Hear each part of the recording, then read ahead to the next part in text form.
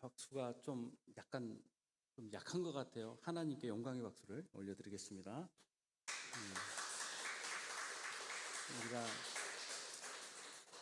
우리가 박수하면 하는 것은 그 노래 실력 때문에 박수를 치는 것이 아니고, 물론 매일 이렇게 듣다 저희들도 이제 듣는 귀가 열리니까 갈수록 실력이 뛰어나지시는 것은 사실입니다. 그럼에도 또 한편으로는 이 찬양으로 영광 받으실 하나님을 생각하면서 우리가 박수한 것입니다. 할렐루야. 참으로 복되고 좋은 주일입니다. 오늘 이 시간 우리 주님의 놀라운 은혜와 영광의 빛이 여러분과 또 여러분의 가정 하시는 일과 또 오늘 이 자리에 풍성하게 임하실 줄 믿습니다. 성령님의 역사, 우리는 간혹 성령님의 역사를 기대하지 못하고 있을 때가 참 많은 것 같습니다. 우리 삶에서 그러한 일이 있을까? 그 성경에 나오는 옛날 이야기 아니야? 그리고 그 말씀의 권위는 어떠할까? 그냥 사람의 공부에서 하는 이야기 아니야? 라는 생각들을 할 때가 있습니다. 그러나 예배의 순간은 하나님께서 인도하시는 순간이고 하나님께서 좌정에 계시는 것이고 우리는 그 영광을 향하여 나아가는 신비로운 시간입니다. 우리가 그 예배에 대한 갈급한 심정과 기대가 없이는 하나님께서 우리에게 아무리 성령의 놀라운 일을 일으키셔도 우리의 눈이 열리지 못할 것이고 우리의 귀가 열리지 못할 것입니다. 성도 여러분, 하나님의 말씀을 기대하십니까? 그 기대로 함께 오늘 말씀을 듣도록 하겠습니다. 오늘 함께 본 본문 중에 41절 말씀을 우리가 한 목소리로 같이 한번 다시 읽어보도록 하겠습니다. 사도들은 그 이름을 위하여 능력받는 일에 합당한 자로 여기심을 기뻐하면서 공회 앞을 떠나니라. 아멘. 이틀 전이 8월 15일 광복절이었습니다. 광복절이 있는 나라가 몇 나라나 될까요? 이 광복이라는 것은 뭘 뜻합니까? 우리가 얽매여 있다가 풀려난 것이고 어두운 가운데 있다가 빛을 본 것 아닙니까? 그 뜻 자체가 저는 굉장히 복음적이라는 생각을 하게 됩니다. 이러한 역사적 경험이 우리로 하여금 동방의 예루살렘이 되도록 하나님의 놀라운 역사가 임하시는 배경이 되었다라고 저는 믿어 의심치 않습니다. 그 고난의 역사, 그 시련의 역사, 그리고 그 노예로 살았던 그런 역사가, 제가 노예라고 이야기해서 뭐 정말 노예 생활을 했다는 뜻은 아니죠. 우리의 영과 우리의 자유가 속박되었던 그 시기를 이야기 드리는 것이죠. 대한의 독립을 위해서 독립운동가들의 헌신과 다양한 방식의 그 투쟁이 있었던 것을 우리는 알고 있습니다. 무기를 들고 싸우는 투쟁도 있었고요. 각 삶의 현장에서 자신의 자리를 지키면서 싸우는 투쟁도 있었습니다. 누구는 목소리로, 누구는 노래로, 누구는 시를 통하여, 누구는 또 다른 글을 통하여 하는 투쟁도 있었습니다. 그 중에서 참 미약해 보이지만 지금까지 큰 영향을 주는 독립가들이 있습니다. 그때 무기를 들고 싸웠던, 목숨을 걸고 싸웠던 사람 분들도 기억을 하게 되지만 우리에게 남아있는 글로서 우리를 움직이는 분들이 계시죠. 저는 그 대표적인 한 분으로 윤동주 시인을 생각해 볼 때가 참 많습니다. 윤동주 시인은 아시다시피 젊은 나이에 유고를 합니다. 28살의 나이에 일본에 의해서 끌려갔던 그 감옥에서 옥살을 합니다. 그는 살아생전에 변변한 시집을 한 권도 내지를 못했습니다.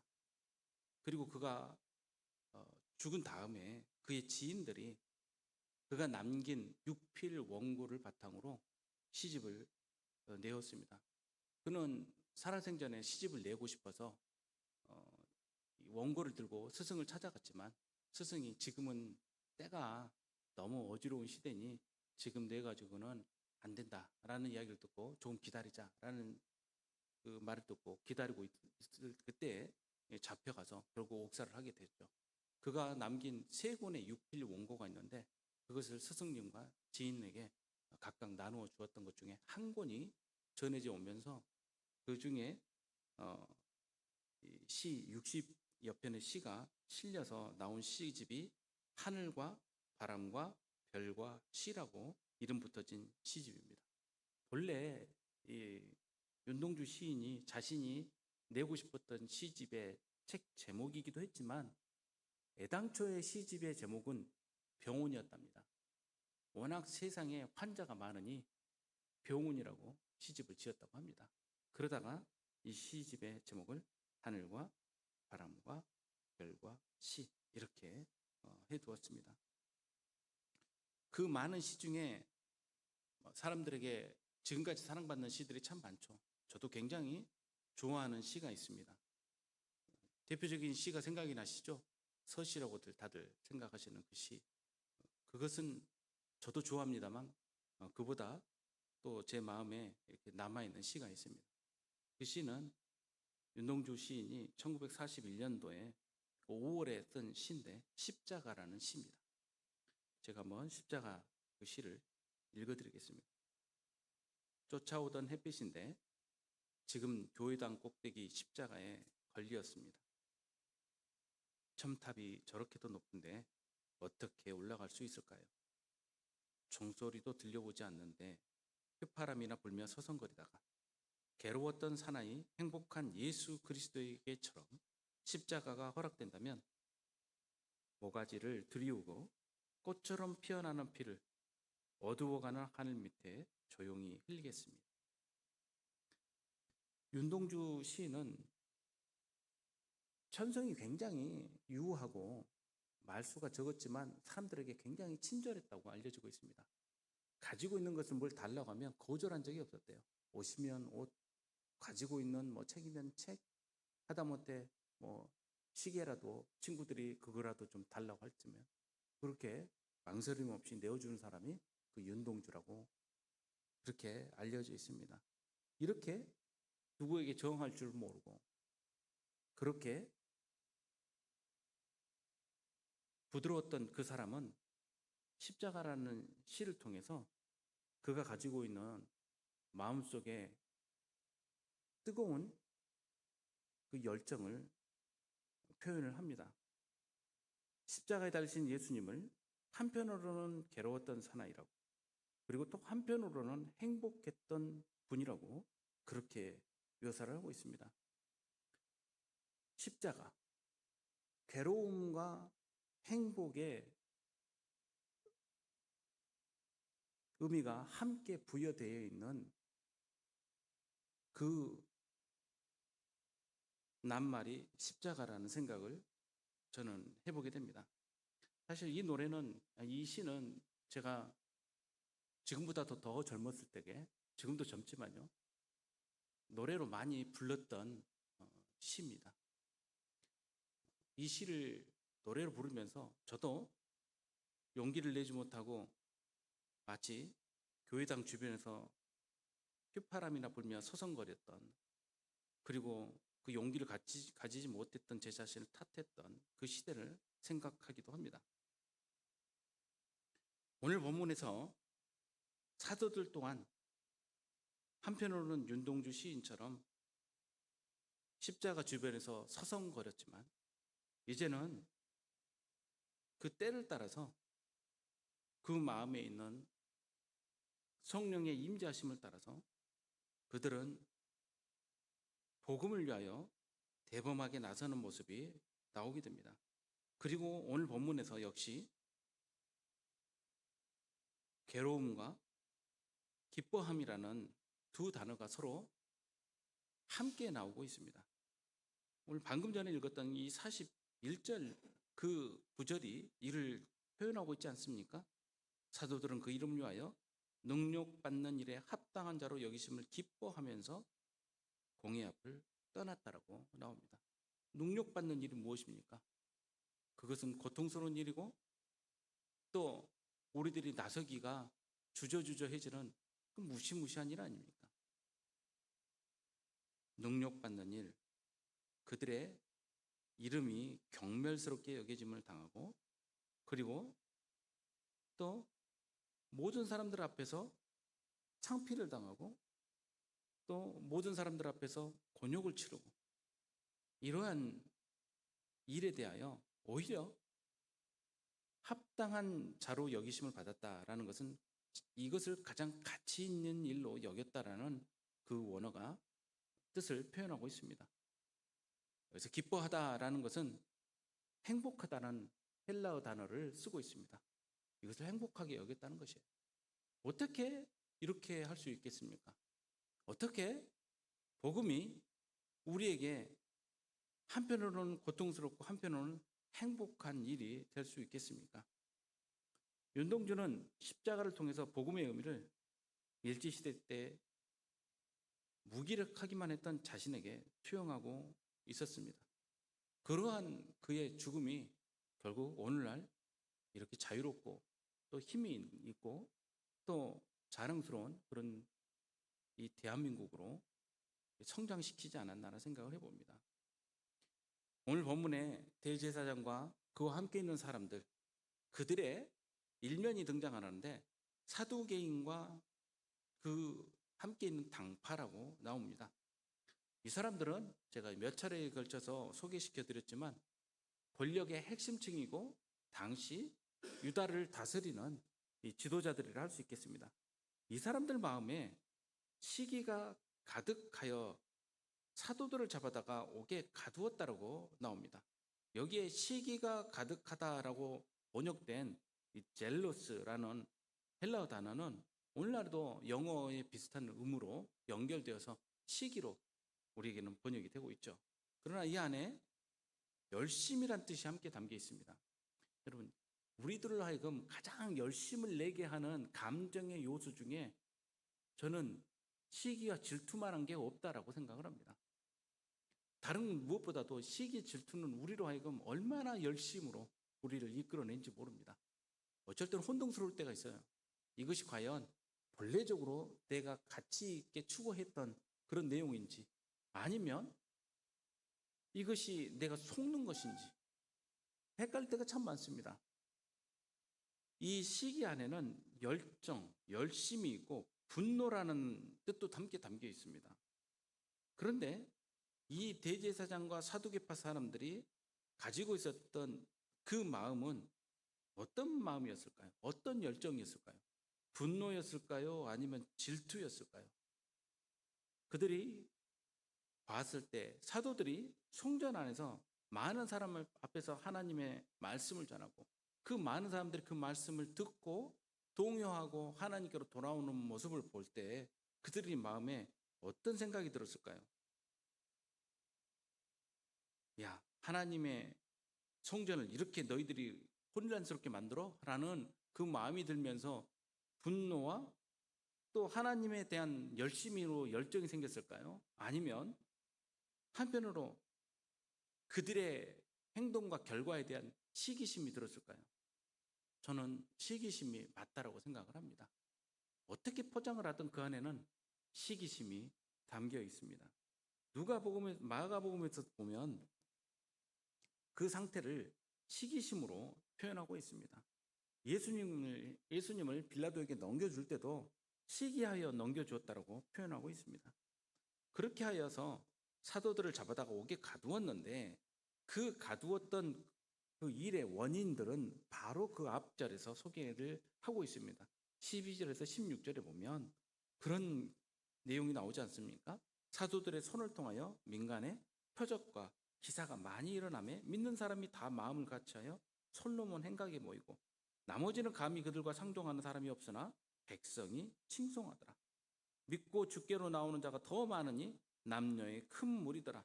심지어 병든 사람을 메고 거리에 나가 침대와 요 위에 누이고 베드로가 지날 때 꼭 그의 그림자라도 누구에게 덮일까 바라고 예루살렘 부근의 수많은 사람들도 모여 병든 사람과 더러운 귀신에게 괴로움 받는 사람을 데리고 와서 다 나음을 얻으니라.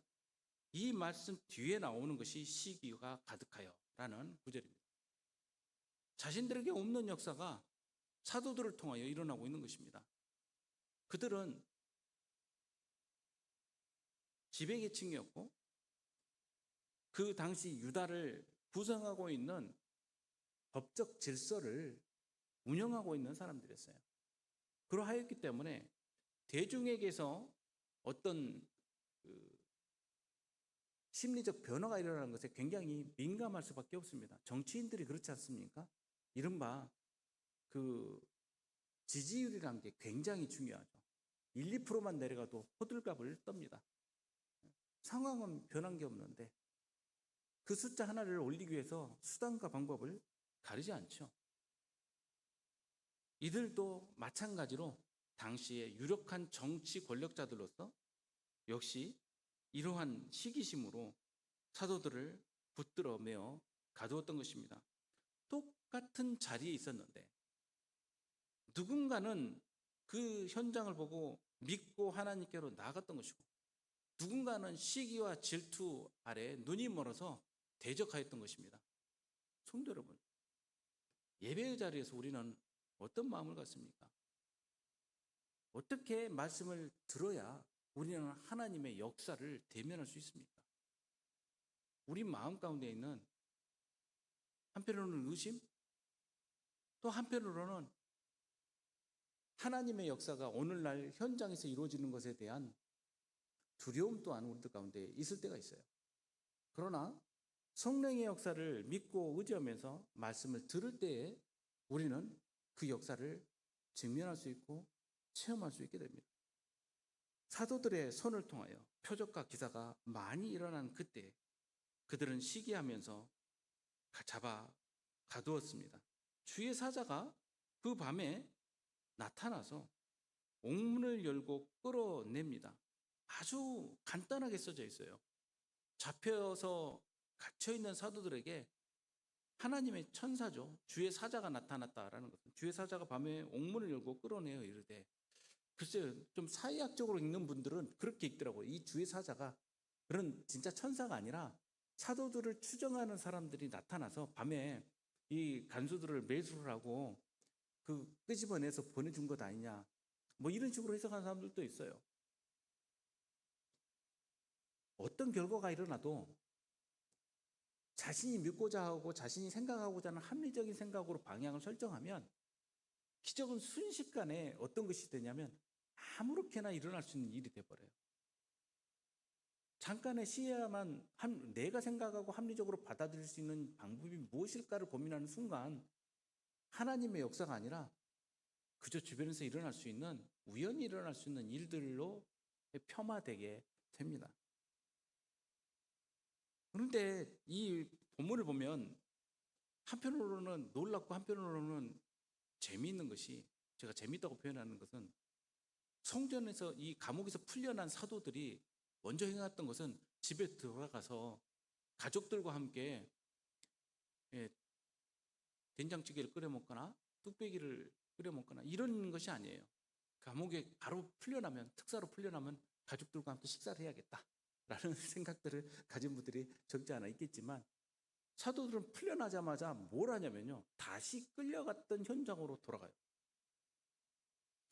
원래 범인들이 현장에 가서 한번 둘러보는 경향들이 있잖아요.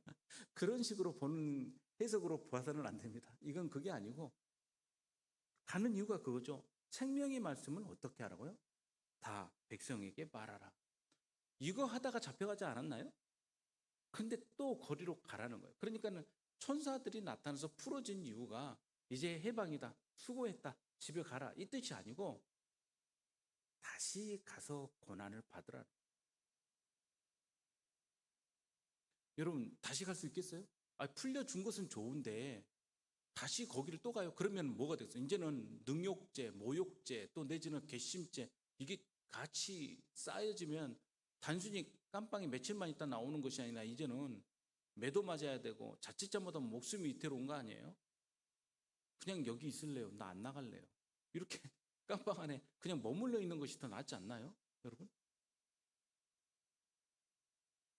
만약에 내가 이렇게 복음 전하다가 감방에 갔는데 천사가 나서 문을 열어줘요. 자, 이제 나가라고. 여러분, 정말 기쁘다라고 뛰어나갈 것 같은 생각을 하지만 잠시 아주 현명하게 생각을 해보십시오. 그게 나가는 것이 사는 길인지 죽는 길인지. 사도들은 이 길로 이 말씀에 순종하면서 다시 나가서 곧바로 새벽에 성전에 들어갔습니다. 풀려나는 그 시로 다른 데 1절 들리지도 않고 바로 성전으로 돌아가서 가르치기 시작하였다는 거예요. 놀랍지 않습니까? 이게 사도들에게 원래 있었던 모습일까요? 그렇지 않죠. 마치 윤동주 시에 나오는 시처럼 주변을 서성거리기 일쑤였던 그들 아니었습니까? 아니면 멀찍이 피해 있었던 그들 아닙니까? 그러나 예수 그리스도의 십자가가 그들로 하여금 목을 내어놓게 하지 않았습니까? 그들은 성전에 들어가서 가르치기 시작합니다. 사도들이니까 이렇게 했지. 여러분, 성령의 역사를 믿으시죠? 성령의 역사가 우리들에게 임하면 우리 또한 십자가를 통하여 얼마든지 사도들이 하셨던 일들을 함께 우리 또한 이룰 수가 있습니다. 그들이 했던 일은 생명의 말씀을 전하는 일이었어요. 이 생명의 말씀은 사람들이 살고 싶어서 따라갔던 수많은 세상의 지혜와 세상의 성공의 법칙이 아니었습니다. 오늘날 교회에 와서 사람들이 똑같이 듣고자 하는 말씀이 있어요. 내 문제가 해결받는 말씀, 내가 성공하는 법칙입니다. 이것이 통하면 가득가득 차고요. 이것에서 뭔가 좀 빗나갈 것 같으면 왠지 가기가 꺼려집니다. 그곳에 가서 내 문제를 해결받으러 가야 될 것 같은데 오히려 내 것을 내어놓고 내 목숨을 요구받는 말씀을 듣는다고 한다면 어찌 그것이 내게 합당한 일이 될 수가 있겠습니까? 그러나 십자가의 법칙은 참 묘한 것이 이러한 결과가 기다리는데도 불구하고 이것이 참으로 나를 살리는 법이라는 것을 깨달아 알게 됨으로써 그 길로 나아가도록 우리를 이끌어냅니다. 윤동주 시인은 그것을 알았던 것 아닙니까?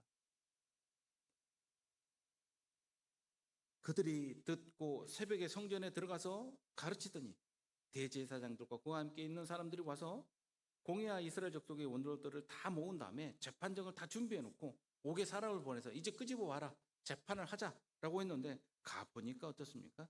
한 사람도 없더이다. 여기서 본다라는 그 헬라어 단어에는 여러 가지 용법으로 적용이 되었는데 똑같은 단어가 쓰여져 있지만 하나는 진짜 보았다는 뜻이고 하나는 보았지만 찾지 못했다는 뜻입니다. 그러니 눈이 있어도 보지 못한다라는 것은 하나님을 알지 못하는 사람들에게 적용되는 또 법칙이라 저는 생각이 듭니다. 예수님께서도 그렇게 말씀하지 않습니까? 안 못 보는 맹인을 보게 하시고 그를 하나님의 율법으로 재단한다고 소동하면서 끌고 갔던 그들에게는 뭐라고 말씀하십니까? 너희들이 본다고 하니 보지 못한 것이라고 말씀하지 않습니다. 그들은 눈이 있어도 보지 못했던 것입니다. 여기에서 성전 맡은 자와 제사장들이 이 말을 듣고 의혹합니다. 여기서 의혹하다라고 번역되는 것은 당혹스러워하면서도 의심하여 어쩔 줄 몰라 하는 그 모습이 담겨 있습니다. 그런데 묘하게 그들을 찾으라 했더니 그들이 멀리 도망간 게 아니라 성전에 잡아왔던 그 성전에서 똑같이 또 말씀을 전하고 있다는 겁니다. 그들 생각에 이 멍청한 것들 보소, 풀려났으면 멀리 도망을 가야지 현장에 또 있네, 다시 잡아와 라고 한 거예요. 그래서 잡으러 갔는데 이제는 그때처럼 못했던 것이 분위기가 손목이라도 잡았다가 치고는 주변에 있는 백성들한테 나만하지 못할 것 같은 분위기를 느끼게 되었던 것입니다. 그러나 사도들이 어떻게 합니까? 저항하거나 백성들을 선동해서 저항권을 발휘하거나 이렇게 하지 않았다는 것입니다. 참 갑자다가 또 그 단어가 나왔네요. 저항권. 예. 진리를 위한 저항이 아니라 참 창피스러운 일입니다. 사도들은 저항하지 아니하고 순순히 끌려갑니다. 이 모든 이 자신감 위에는 그 뒤에는 무엇이 있습니까? 성령의 역사가 있는 거예요. 성령께서 하시는 것을 기대하고 가는 것입니다. 이제 끌려가서 대제사장이 취조를 합니다. 우리가 이 이름으로 사람 가르치지 말라고 언금하였지 않느냐? 너희가 그런데도 불구하고 가르쳐서 예루살렘에 소동을 일으켰으니 그 뜻이 무엇이냐? 이 사람의 피를 우리에게로 돌리는 것 아니냐? 우리 탓으로 하는 것 아니냐? 우리가 죽였니? 십자가형은 빌라도가 했지? 그들은 묻지도 않은 말을 스스로 합니다. 검사한테 가면은 그렇게 된대요. 안 물어봐도 변명하다가 오히려 자충수에 빠진답니다. 요 근래 뉴스 많이 타는 분도 그렇지 않습니까? 그냥 가만히 있는 것이 아니라 자기가 일을 더 일으켜가지고 그렇게 되지 않습니까? 여기에서 참 재밌는 것은 이 이름으로 이 사람의 피라고 하면서 누군지를 정확하게 말을 하질 않아요. 이 대제사장이. 그러니까 이 사람으로만 언급하는 것은 이미 그들 가운데 암묵적인 동의 뭐냐면 예수라는 이름을 입 밖에 내지 않기로 작정한 그러한 암묵적인 상황이 배경하에 있는 것입니다. 그렇게 하면서 도리어 그들의 잘못, 그들의 죄를 스스로 발설을 합니다. 이 사람의 피, 그것이 우리 탓이냐, 우리 탓이다. 바로 이렇게 나오는 것입니다. 그래서 말하지 말라는 것 아니냐라는 겁니다. 그때 베드로와 사도들이 대답을 합니다. 사람보다 하나님께 순종하는 것이 마땅하니라. 이 말씀은 앞서서 4장 19절에 나오는 말씀과 닮아있죠. 그들이 불러 경고하여 도무지 예수의 이름으로 말하지도 말고 가르치지도 말라 하니 뭐라고 말합니까? 베드로와 요한이 대답하여 이르되 하나님 앞에서 너희 말을 듣는 것이 하나님의 말씀 듣는 것보다 옳은가 판단하라. 그리고 더하여서 다시 복음을 제시합니다. 너희가 나무에 달아 죽인 예수를 우리 조상의 하나님이 살리시고 이스라엘에게 회개함과 죄사함을 주시려고 그를 오른손으로 높이사 임금과 구주로 삼으셨느니라. 여기에 앞서서 말씀한 고난과 행복이 함께 담겨 있어요. 이 십자가에. 그러니 여기서 나무에 달아 죽인이라는 뜻은 신명기 21장에 나와 있는 이 말씀을 배경으로 하고 있습니다. 시체를 나무 위에 밤새도록 두지 말고 그날에 장사하여 내 하나님 여호와께서 내게 기업으로 주시는 땅을 더럽히지 말라. 나무에 달린 자는 하나님께 저주를 받았음이니라. 왜 나무에 달면 하나님께 저주를 받느냐면요, 몸을 내어 보이고 시신을 바깥에 메어서 달아두는 것 자체가 고대 근동부터 지금까지 오는 이 중동 지역 이 중동의 가장 핵심적인 삶의 주제, 명예에서 가장 멀리 있는 상태, 즉 가장 불명예스러운 상태가 되어버리기 때문에 그렇습니다. 그것은 저주받은 자만이 이런 일을 당하는 거예요. 그래서 예수님께서 십자가에 달리셨다는 것은 일부러 그들이 택한 방법, 가장 저주받은 사람의 모습으로서 예수님을 드러내도록 하는 그들의 방법이었는데 오히려 하나님께서 예수님을 살리셔서 어떻게 하십니까? 임금과 구주로 삼으셨다는 거예요. 이것이 바로 복음의 법칙인 것이죠. 여기서 말하는 구주라는 이 소테르라는 이 단어는 당시 황제 그리고 영웅들 그리고 가장 사람들에게 인정받는 사람들에게 붙여진 이름이 이 소테르라는 단어입니다. 구원자라는 뜻이 담겨 있기도 하는데요.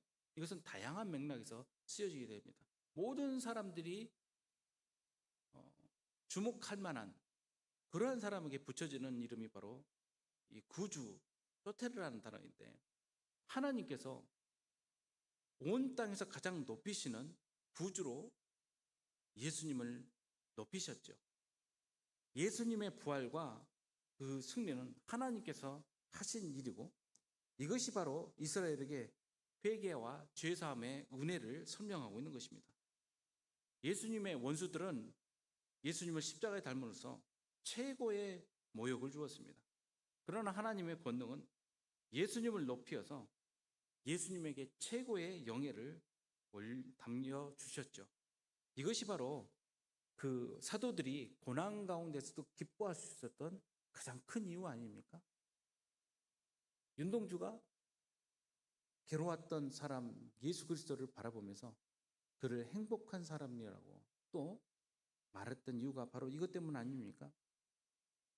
우리는 이 일의 증인이요, 하나님이 자기에게 순종하는 사람에게 주신 성령도 그러하다라고 덧붙여 이야기를 합니다. 성령께서 증인이 되십니다. 오늘 이 자리에서도 말씀을 주시는 성령께서 이 모든 말씀의 증인이 되고 계십니다. 그들이 듣고 크게 노하여서 사도들을 죽이려고 합니다. 그때 또 다른 인물이 등장하는데 가말리엘이라고 불리우는 사람입니다. 이 사람은 바리새파 사람인데, 바리새파 사람은 오늘날로 말하면 야당, 그리고 아까 사두개파 사람들은 여당에 해당이 됩니다. 그래서 이 여당 계속 그 집권당에 해당되는 사람들이 바로 이 사두개파 사람들이고, 그 백성들과 함께 머물면서 여론을 모아서 대적하는 사람들이 누구였냐면 이 바리새파 사람들이죠. 사실상 그들 모두 권력을 추구한다는 점에서는 닮아 있죠. 집권당이 되고 싶은 거죠. 그들도, 바리새파 사람들도요. 그들 가운데 가장 유명한 지도자가 누구냐면 이 가말리엘이라고 불리는 사람입니다. 이 가말리엘이라고 불리는 사람은 당시 힐렐이라고 불리는 이 랍비의 그 가장 뛰어난 제자로서 역사책에 자주 등장하는 사람입니다. 바리새파 사람들은 제가 몇 번 설명을 드렸죠. 주전 이 중간기 시기에 나온 사람들인데, 바로 그리스의 통치에 반대하고 율법에 대한 공부 그리고 실천에 전심전력을 기울였던 경건한 유대인들, 스스로를 거룩한 자들이라고 불렸던 그 하시림들, 이 사람들이 바리새파 사람들을 이루게 됩니다. 이 사람들이 왕가를 지지하고 이 독립운동을 했다가 그들이 부패하는 것을 보고 돌아서서 백성들 편에 서서 지배계층이 반대하는 야당으로서 그렇게 작용을 하게 됩니다. 오늘날 시각으로 보자면 그렇게 설명을 드릴 수 있겠습니다. 가장 큰 학파가 있었는데 한쪽은 힐렐, 한쪽은 샴마이라고 불립니다. 오늘날도 이스라엘 가면 예루살렘에 그 거리에 베네우다라고 불리는 그 중심 도시 그 거리 가보면 이 두 이름이 붙여진 거리 이름이 붙어 있습니다. 힐렐, 샴마이 이렇게 붙어 있습니다. 그 가운데 힐렐에 속했던 이 가말리엘이 이 조언을 하죠. 이 가말리엘은 사도 바울의 스승으로 알려져 있습니다. 가말리엘이 얼마나 뛰어난 사람이었냐면 가말리엘이 죽었을 때 토라의 영광이 끝났다라고 그 기록된 그런 글들도 있습니다. 이 사람이 이렇게 말합니다. 굉장히 지혜로운 사람으로 알려집니다. 이스라엘 사람들아, 너희가 이 사람에 대하여 어떻게 하려는지 조심해라. 이전에 드다가 일어나서 스스로 선전하며 사람이 약 400명이나 따르더니 죽자 따르던 사람이 흩어졌고, 그렇게 하면서 드다라는 사람을 이야기를 해요.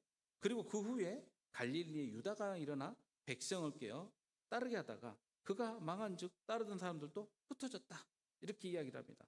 드다라는 사람과 유다라는 사람이 등장하는데 당시 이 흔한 이름이었어요. 그래서 어떤 사람들을 꼭 말하는지 딱 집어서 말할 수는 없지만 대체적으로 연유되는 사람으로 보자면 이 드다라는 사람은 가말리엘 활동 시기보다 10년 후 이 요세푸스의 기록에 등장을 합니다. 그러니까 이 활동은 그 시대에 했겠지만 역사의 기록은 10년 뒤에 기록이 되어 있어요. 그래서 자신은 뭐라고 말하냐면 자신이 메시아라고 주장합니다. 그리고 요단 강가에서 백성들을 모아서 뭐라고 말하냐면 내가 명령하면 요단 강이 갈라져서 여호수아처럼 모두 함께 이 강을 건너서 이 로마를 뒤엎을 수 있다. 이렇게 선동했던 사람이 바로 이 드다라는 사람으로 알려져 있습니다. 이 사람은 로마가 보낸 기마병에 잡혀서 이 목이 잘려 죽습니다. 그리고 이 갈릴리의 유다라고 불리운 이 사람은 골란 지역, 지금 말하면 그 바산, 갈릴리 위쪽에 있는 그 산지에서 활동했던 사람인데요. 이 사람 또한 당시 이루어졌던 인구조사에 반발하면서 그 유다인들을 함께 모아서 저항운동을 했던 사람이 바로 이 갈릴리의 유다입니다. 이 사람들의 역사적 기록 시기가 조금씩 차이가 있다고 해서 이 본문을 가지고 이야기하는 학자들이 있지만 당시 충분히 사례로 들만한 사람들이었습니다. 이제 내가 너희에게 말하노니 이 사람들 상관하지 말고 버려두라. 이 사람과 이 사상과 소행이 사람으로부터 났으면 무너질 것이요 만일 하나님께로부터 났으면 너희가 그들을 무너뜨릴 수 없겠고 도리어 하나님을 대적하는 자가 될까 하노라. 이 말씀을, 이 이야기를 가말리엘이 하니까 사람들이 이것을 옳게 여겼다고 합니다. 여러분, 가말리엘이 이 이야기를 한 것은 소동 일으키지 말고 조용히 해결하자는 뜻이었겠습니까?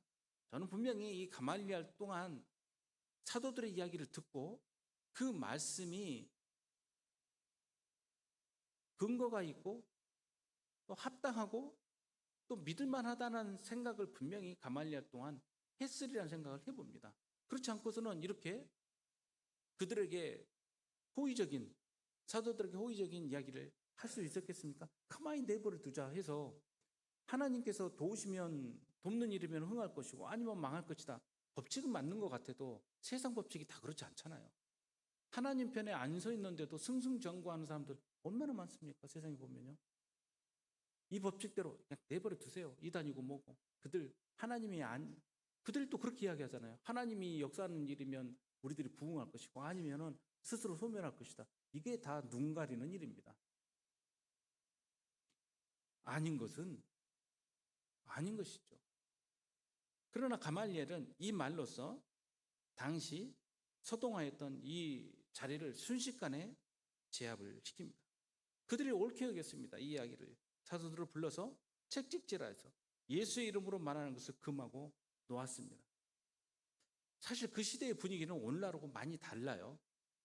진짜로 하나님께서 도우시지 않으면 이루어질 수 없는 일이 바로 이 복음의 일이었던 것입니다. 조금만 머리를 쳐들어도 로마에서 끌려가고 조금만 잘못 말해도 율법에 의해서 처단당하는 시대인데 하나님께서 도우시지 않고 어떻게 일을 할 수가 있겠습니까? 그들이 옳게 여겨서 사도들을 불러서 채찍질하고 예수의 이름으로 말하는 것을 금하고 놓았습니다. 사도들이 그런데 어떻게 합니까? 그 이름을 위하여 능력받는 일에 합당한 자로 여기심을 기뻐하면서 공회 앞을 떠나게 됩니다. 박해를 기쁘게 여기고 행복하게 생각했다는 것입니다. 어떻게 해서 이렇게 될 수 있습니까? 빌립보서 1장 27절에서 30절에 있는 말씀입니다. 오직 너희는 그리스도의 복음에 합당하게 생활하라. 이는 내가 너희에게 가보나 떠나 있으나 너희가 한 마음으로 서서 한 뜻으로 복음의 신앙을 위하여 협력하는 것과 무슨 일에든지 대적하는 자들 때문에 두려워하지 아니하는 이 일을 듣고자 함이라. 이것이 그들에게는 멸망의 증거요 너희에게는 구원의 증거니 이는 하나님께로부터 난 것이라. 어떻게 해서 우리가 구원의 증거를 얻을 수 있겠습니까? 그는 하나님의 대적들에 의하여 우리가 오히려 고난당할 때 구원의 증거가 이루어진다는 뜻도 이 안에 담겨 있는 것이죠. 그리스도를 위하여 너희에게 은혜를 주신 것은 다만 그를 믿을 뿐 아니라 그를 위하여 고난도 받게 하려 하심이라. 고난이 우리로 하여금 뭘 증거하게 하냐면 복음에 바로 서 있다는 것을 깨닫게 합니다. 뭔가가 막히고 뭔가가 힘들어지고 우리로 하여금 고통스럽게 고민하게 만든다면 그것은 복음 안에서 우리가 올바로 서 있을 때 그렇습니다. 물론 사람들에게 미움받을 만한 일을 가지고 이런 일을 하는 것은 아무 해당이 안 된다고 성경에서 누누이 이야기하고 있습니다. 그래서 요즘 예수님 이름 팔아가면서 스스로 고난받는다고 말하는 그런 사람들 안타깝습니다. 보면요. 베드로전서 4장에 보면 고난에 참여하는 것을 즐거워하라라고 하시면서 너희가 그리스도의 고난에 참여하는 것을 즐거워하라고 이야기를 합니다. 그걸 행복해하라는 것이죠. 베드로전서 4장 13절에 그렇게 나오지 않습니까? 이는 그의 영광을 나타내실 때 너희로 즐거워하고 기뻐하게 하려 함이라라고 말씀하면서 우리 영광의 상급이 우리에게 기다려 있고 우리들에게 배정되어 있음을 성경에서 말씀을 하고 있습니다. 히브리서 10장에 보면 우리가 복음 때문에 비방과 환난으로서 사람에게 구경거리가 된다라고 이야기를 합니다. 그리고 그렇지만 갇힌 자를 동정하고 너희 소유를 빼앗기는 것도 기쁘게 당하는 것은 더 낫고 영구한 소유가 있는 것을 알기 때문이라고 히브리서 10장 32절에서 35절에 이야기를 하고 있습니다. 우리가 우리 소유를 빼앗기는 것, 그리고 우리가 모욕당하는 것도 기쁘게 당하는 것은 보다 나은, 아니 비교할 수 없는 영원한 기업이 기다리고 있기 때문에 그렇지 않습니까? 이 땅에서 우리가 변변치 못한 사람으로서 취급당하는 일이 있다 할지라도 우리는 당당합니다. 왜 그렇습니까? 우리는 그들하고 비교를 해도 어느 면모에서나 하나님 앞에서 결코 뒤지는 사람들이 아니기 때문에 그렇습니다. 제가 종종 듣는 말이 있습니다. 어딜 가도 당당하다고 저한테 그러는데 제가 목이 이렇게 내 스스로 좀 잘났다는 생각을 해봐서 그런 생각을 하는 것은 진짜 없습니다. 그건 하나님의 일을 하기 때문에 그렇습니다. 우리는 하나님의 일을 하는 사람들 아닙니까? 내가 지금 현재 뭘 하느냐를 가지고 내 스스로를 절대 비교하거나 사람들 앞에서 부끄러워하지 마십시오. 우리는 본래적으로 하나님의 사람이며 하나님께서 우리를 높이시는 그러한 왕 같은 제사장 아닙니까? 가지고 있는 것이 없다고 하더라도 여러분 두려워하지 마십시오. 우리에게 있는 영원한 상급이 기다리고 있지 않습니까? 그래서 그들이 오늘 본문 끝에 이렇게 하지 않습니까? 두려움 없이 날마다 성전에 있든지 집에 있든지 예수는 그리스도라고 가르치기와 전도하기를 그치지 아니하니라. 아멘. 성도 여러분, 우리는 복음의 사람입니다. 우리의 존재 가치는 언제 드러나냐면요, 복음을 전파할 때 드러나요. 복음 안에 서 있지 아니하면 이 모든 것들이 다 쓸모없는 거예요. 내 삶, 내 마음의 치료만을 위하여 복음을 받아들인다 한다면 이건 정말 불쌍한 일입니다. 그리고 효력도 오래가지 못해요. 내가 복음의 일을 해야만 나도 살고 나 또한 생명의 일로서 사람들을 살리는 일을 하게 되는 것입니다. 그렇게 되어야만 우리는 그리스도의 복음 안에서 행복한 사람이 되는 것입니다. 복음을 전할 때 부끄러워하지 마십시오. 이게 내 힘으로 내가 이렇게 엉성하게 해서 될 일인가라는 것도 걱정하지 마십시오. 모든 것은 성령님께 맡기십시오. 성령께서 이루시고 성령께서 해결해 주실 것입니다. 함께 기도하겠습니다. 아버지 하나님, 저희는 두려울 때가 많습니다. 복음을 전할 때가 두렵고 복음의 삶을 살 때가 두렵습니다.